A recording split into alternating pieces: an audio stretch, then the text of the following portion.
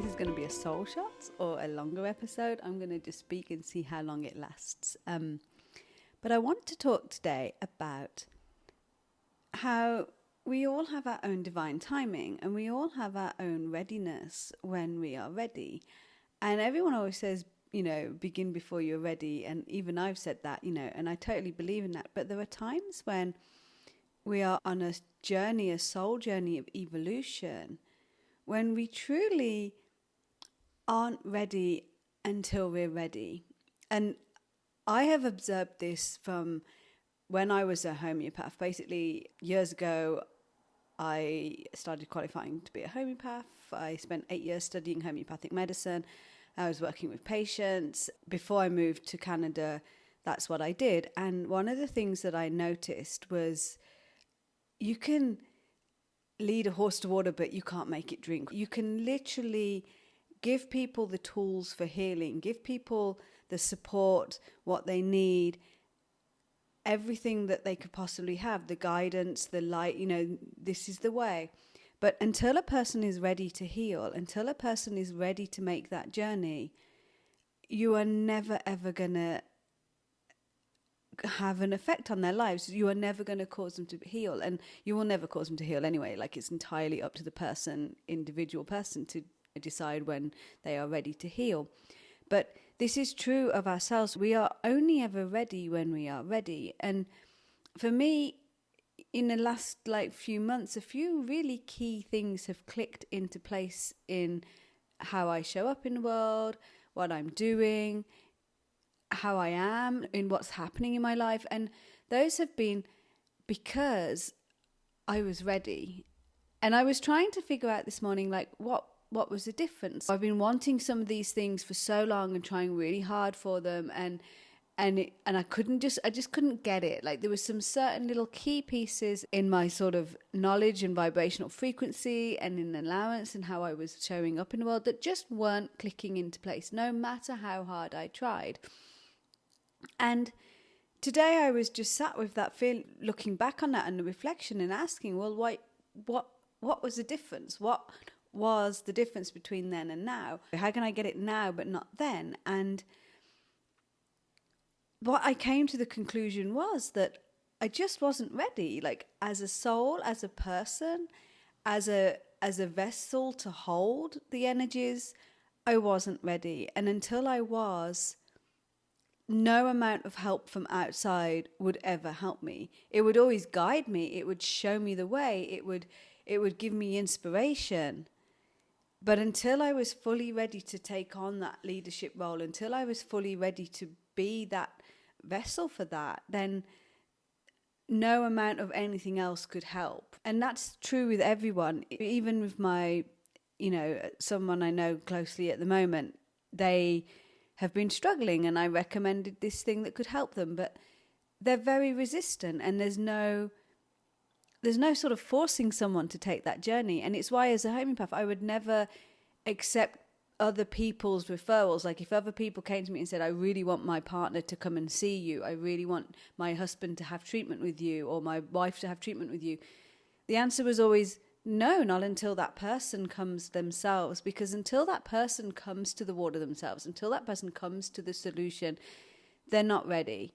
And so nothing you do would ever make that have an effect on their life. And I just want you all to be aware that that's the same and true for you. And so when you're trying to achieve something, or you're trying to have a result in your life and it's not happening, please don't beat up on yourself. Don't think that you failed. Don't think that this isn't the way or this isn't the answer. It's just that maybe in divine timing, you're just not ready yet. It's just not the right time yet. And never give up, right? Some of the things I'm manifesting now have been 9-year visions, 9 years holding that vibrational frequency and desire of wanting something, of knowing I can have it. But, obviously in those 9 years, I've had many ups and downs of I don't think I can, blah, blah, blah, and there's still, there's still questions hanging over some of those things. But it wasn't until I was ready to really be where I am now that those things could come into my life. And the delay is it's just part of life. Like, it is part of who I am now. It's part of what I've become. It's not always been easy. Are the times when I wish I could change things? Of course. Like, we are human beings, and sometimes things are difficult.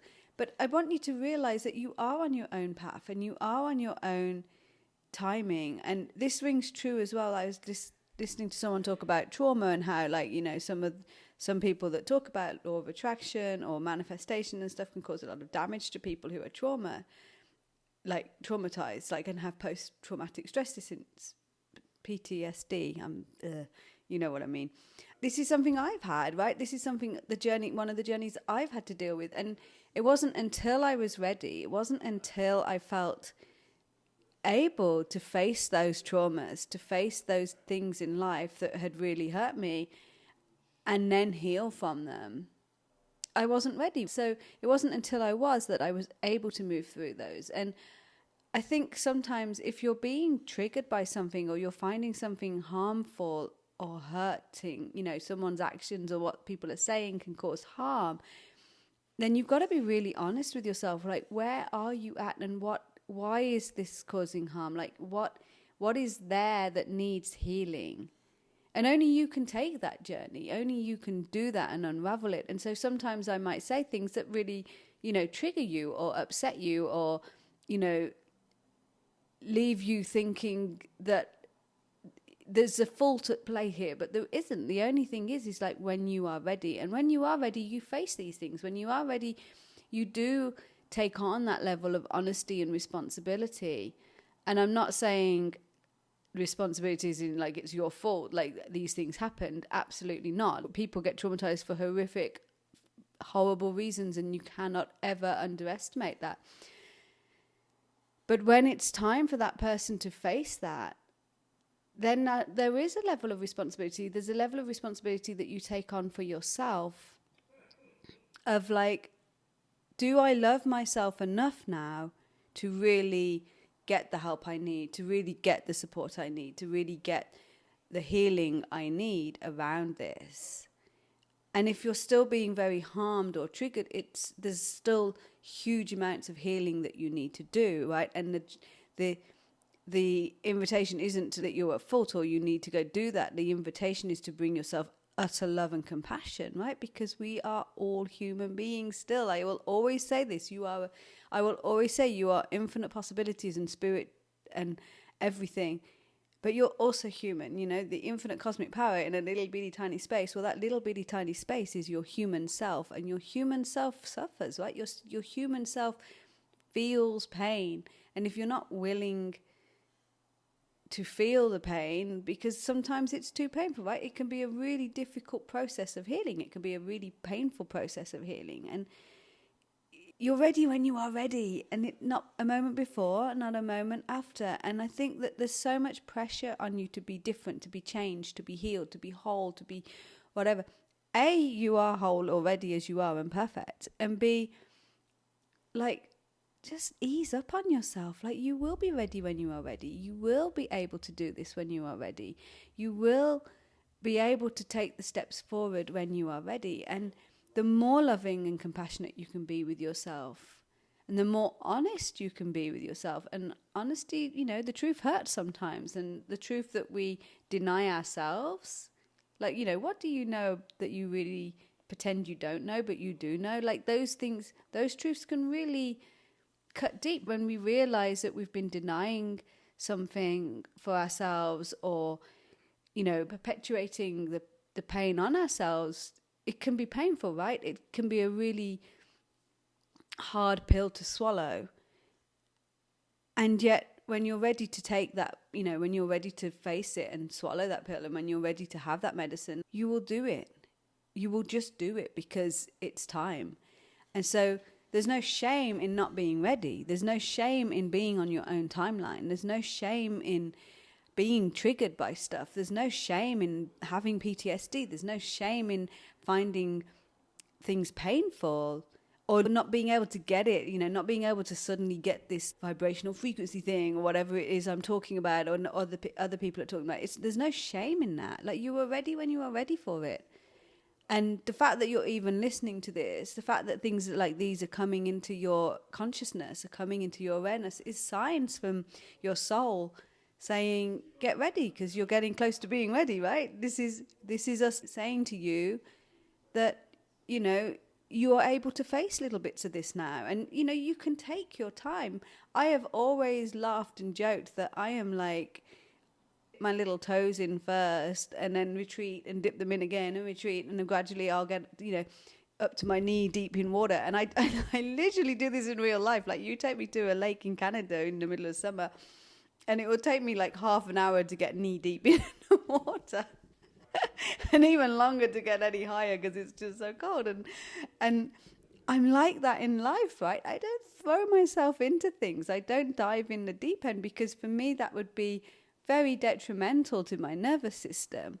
And learning that that's exactly who I am and how I operate, and accommodating that, allowing myself the time, even with this new pivot in my business and bringing forth the podcast and being much more vocal about the spiritual side of the things that I do. Like, it took me 6 months prep before I even started, of just visioning it, of feeling into it, of deciding if I really wanted to do it. And then it's been a real gradual process, and I've allowed myself as much time as it needs to build, right? I'm in no rush. Like, I'm not going anywhere, and I'm in no rush. I'm on my timeline. And I know, like, my alignment is so strong. I know my end goal is already achieved. Like, I really know exactly. And I sometimes pretend I don't, right? I sometimes am like, I don't know what I want. And I know exactly what I want. How often do you do that? And I know exactly what I want. And I've already seen it. And I've already felt into it so often that I know it's inevitable. And now I'm like, just like backtracking and taking the steps. And everything I do is just like, well, of course it's going to work out, because there's no way it can't. It's inevitable. But it's taken me a long time to get to that level, right? It's taken me years of practicing fine-tuning my brain. And it's a process and it's a practice. It's not a one-stop, one and done thing. It's a process. And when you're ready for it, it'll start happening, and you'll start knowing, and you'll start just like having a much deeper level of trust in yourself, a much deeper level of trust in your abilities and in the actions that you take, because you just know. But it's not an overnight thing. And can you force this? Yeah, but in my experience, when people really force manifestations, there's still a sense of deep down underneath of it not being fully in alignment, or not being allowed, or like not feeling like it's true. And often those things get taken away again. And so, you know, you'll hear people manifesting this wonderful love of their life, and then, you know, 2 months down the line that relationship's ended and they're completely gutted, and they think that they failed at manifestation, or they failed at the law of attraction. And it's not that at all. It's about being ready and how open you are. And often the biggest heartbreaks can come before the biggest breakthroughs, right? Because your heart literally, like the casing, I've always said a heartbreak is the casing around your heart that's like the wall, the barriers that stops your love getting out, right? And it's that breaks. It's like this egoic sort of like barrier of protection that breaks. It's not actually your heart. Your heart is just this ever-loving presence for you, for everyone, for everything. And so, you know, where am I going with this? I feel I've drifted off into another land. Welcome. I don't know if you can hear, my boyfriend's laughing really loudly in the other room. Hopefully this mic doesn't pick it up. But yeah, when you're ready, things will click into place. Things will really find their alignment with you, and you'll find your alignment with them. And you can practice this. Every day you have to practice bringing yourself back into alignment. It's not a like, once you've got it, you've got it. Like, things will always like knock you. And this is why we're here, right? This is the journey. This is what our soul wants. Our soul wants to become masters of this stuff.